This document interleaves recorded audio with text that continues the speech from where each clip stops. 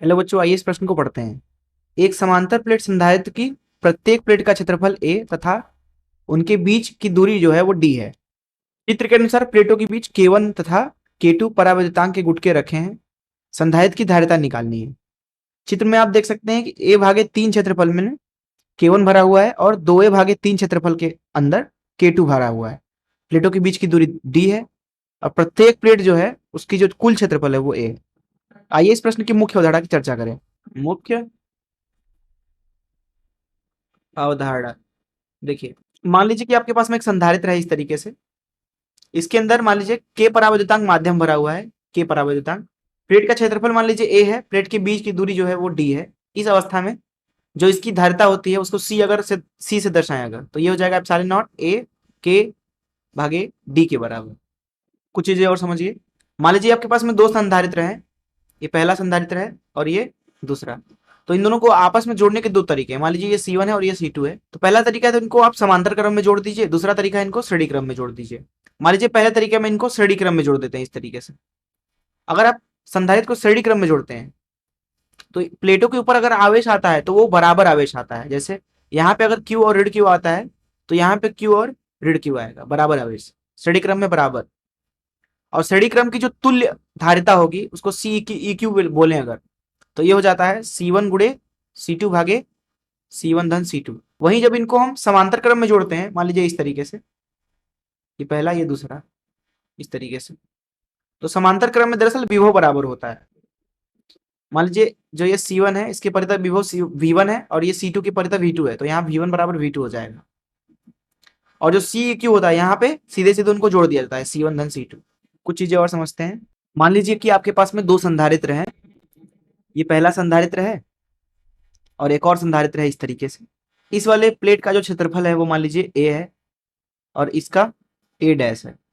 यहाँ पर प्लेटों के बीच में मान लीजिए K1 परावैद्युतांक माध्यम भरा हुआ है और यहाँ पर K2 परावैद्युतांक माध्यम भरा हुआ है। अब हम क्या करते हैं कि इसको और इसको दोनों को हम समान विभव पे आवेशित करते हैं। मान लीजिए इधर V है, इधर 0 है और इधर भी V है और इधर 0 है। दोनों की परितः विभवांतर बराबर है, तो इधर जो है इस तरीके से धन आवेश होगा और इस तरीके से इधर ऋण आवेश होगा, इस तरीके से इधर भी धन आवेश होगा इस तरीके से और इधर ऋण आवेश होगा। हम क्या करते हैं कि इसको इधर लाते हैं और इसको इधर लाते हैं और इन दोनों को कुछ इस तरीके से चिपका देते हैं, इस तरीके से, इस तरीके से। समझ रहे हो आप? इस तरीके से। किस तरीके से? देखिए, इधर ऊपर भरा हुआ है K1 और नीचे भरा हुआ है इधर K2। दोनों की परितः विभवांतर कितना है V, इधर V और इधर 0। अब जो ये पूरा प्लेट बन गया यहाँ पे एक, ये पूरे प्लेट का क्षेत्रफल कितना हो जाएगा a धन a डैश, पर हमने d जो दूरी है वो उतनी ही रखी यहाँ पे, d दूरी। अब देखिए इन दोनों को इस तरीके से जोड़ने में, मतलब इधर से और इधर से, जो काम यहाँ पे किया गया है इस प्लेट को इधर से जोड़ने में और इस प्लेट को इधर से, दरअसल इसको आप ऐसे भी सोच सकते हो कि दोनों को, ये ऊपर वाला संधारित्र है, ये नीचे वाला, दोनों को क्या कर दिया गया, समांतर क्रम में जोड़ दिया गया इस तरीके से। तो ये वाली जो व्यवस्था है और इन दोनों को चिपकाने के बाद जो व्यवस्था मिली वो दोनों ही तुल्यांकी है इस तरीके से। यहाँ पे V है, यहाँ पे 0 है। अर्थात जो यहाँ पे ये वाला व्यवस्था दिया गया है इसका तुल्य धारिता अगर हम लिखना चाहें, अगर इसकी धारिता C1 है और इसकी धारिता C2 है और इसकी तुल्य धारिता CEQ है, तो इसको लिख सकते हैं C1 धन C2। C1 का मान लिख सकते हैं एप्सिलॉन नॉट A K1 भागे प्लेटों के बीच की दूरी मान लीजिए D है।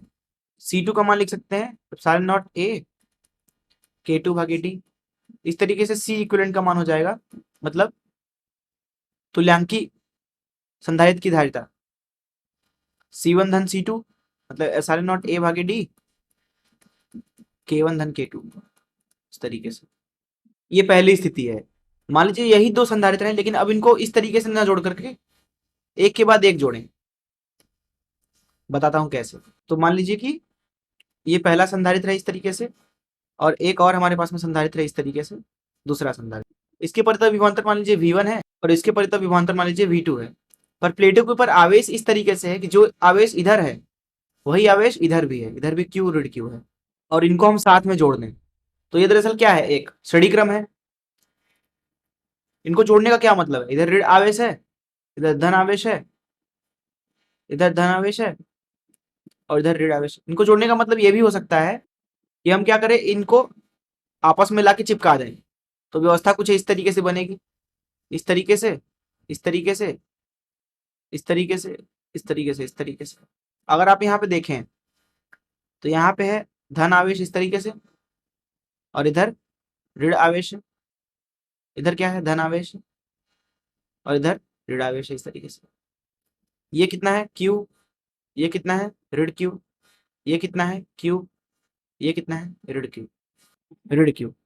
अब जो ये बीच वाली प्लेट है, इसको बनाए चाहे ना बनाए बात एक ही है, क्योंकि इसका कुल आवेश कितना हो गया, 0 हो गया, तो इसको गायब कर दीजिए यहाँ से। अब देखिए, मान लीजिए इसके अंदर जो परावैद्युतांक है वो मान लीजिए K1 भरा हुआ है, इसके अंदर जो परावैद्युतांक भरा हुआ है वो मान लीजिए K2 है। तो यहाँ पे आप देखोगे कि इतनी दूरी तक K1 है और इधर K2 है, इधर क्या है, K1 है और इधर क्या है, K2 है। इसकी धारिता मान लीजिए C1 है, इसकी C2 है, तो जो यहाँ पे ये वाला मिला है इसकी धारिता हो जाएगी, इसको CEQ बोल देते हैं, ये हो जाएगा C1 गुणे C2 भागे C1 धन C2। ऐसा इसलिए क्योंकि ये दोनों श्रेणी क्रम में जुड़ी हुई मान सकते हैं इस तरीके से। आपको पता ही होगा कि श्रेणी क्रम में आवेश समान होता है, तो अगर इधर हमने माना है ऋण Q तो इधर है Q, और इसी तरीके से इधर Q है और इधर ऋण Q है, और इसकी धारिता C1 है, इसकी धारिता C2 है, तो इसका तुल्य धारिता कितना होता है, C1 गुणे C2 भागे C1 धन C2। वही इस वाले निकाय का भी तुल्य धारिता हो जाएगा। तो इन मुख्य उदाहरण, चलिए प्रश्न को हल करते हैं। देखिए जैसा कि हमने अभी बात किया, क्योंकि यहाँ पे हमें क्या करना है, इसके और इसके बीच में धारिता निकालनी है, तो इसको हम टेढ़ा कर देते हैं तो हमें इस तरीके से दिखेगा, ये इस तरीके से। ये दो प्लेट हो गए इसके, और यहाँ पे ये पूरा क्षेत्रफल है यहाँ से यहाँ तक, जो भी यहाँ पे आयतन है उसमें भरा हुआ है K2, और ये क्षेत्रफल है 2a भागे 3। वहीं यहाँ पे बचे हुए क्षेत्रफल में, प्लेटों के बीच में बचा हुआ क्षेत्रफल कितना है, a भागे 3, उसमें K1 भरा हुआ है। तो इसको हम ऐसे भी सोच सकते हैं, कैसे, पहला ये, दूसरा ये, इसमें भरा हुआ है K2 और इसमें भरा हुआ है K1, और इन दोनों को अगर हम इसको ऊपर ले जाएं, इसको नीचे जाएं, चिपका दें एक दूसरे से, तो हमें यही ऊपर वाली संरचना मिलेगी। अथवा इसको ऐसे भी समझ सकते हैं, ये वाला ऊपर वाला हिस्सा है और ये वाला नीचे वाला हिस्सा है, और दोनों ही क्या है, समांतर क्रम में है। अगर इसको C1 बोले, इसको C2 बोले, तो C1 C2 निकालेंगे। देखिए प्लेट का यहाँ पे क्षेत्रफल जो है वो है 2a भागे 3, दूरी तो d है, वहीं यहाँ पे दूरी d है, प्लेट का क्षेत्रफल लेकिन जो है यहाँ पे वो है a भागे 3। तो इसलिए C1 का मान लिखेंगे एप्सिलॉन नॉट, यहाँ पे भरा हुआ है K2 और यहाँ पे भरा हुआ है K1, एप्सिलॉन नॉट K2 क्षेत्रफल जो कि है 2a भागे 3 भागे d। वहीं यहाँ पे जो ये C2 है, ये नीचे वाले का धारिता, वो हो जाएगा एप्सिलॉन नॉट K1, क्षेत्रफल कितना है, a भागे 3, भाग लगा देंगे d का। अब देखिए इसका जो तुल्य धारिता होगा उसको CEQ बोल देते हैं, तो वो कितना होगा, C1 धन C2, क्योंकि समांतर क्रम है, इसलिए यहाँ पे CEQ का मान आएगा CEQ बराबर C1, C1 कितना है, एप्सिलॉन नॉट K2 2a भागे 3 भागे d, C1 epsilon not, sorry C2 epsilon not K1 a भागे 3, इसमें भाग लगा देंगे d का। तो ये कितना आ रहा है आपके पास में, देखिए एप्सिलॉन नॉट a भागे d उभयनिष्ठ हो जाएगा, तो यहाँ बच रहा है 2K2 भागे 3 धन K1 भागे 3, ये मिल रहा है आपको एप्सिलॉन नॉट a भागे 3d, और गुणा कर देंगे यहाँ पे 2K2 धन K1 का। ये क्या है, C इक्विवेलेंट, अर्थात धारिता का तुल्य मान। और यही इस प्रश्न में पूछा गया था। मैं आशा करता हूँ कि आपको इस प्रश्न का हल जरूर समझ में आया होगा। धन्यवाद।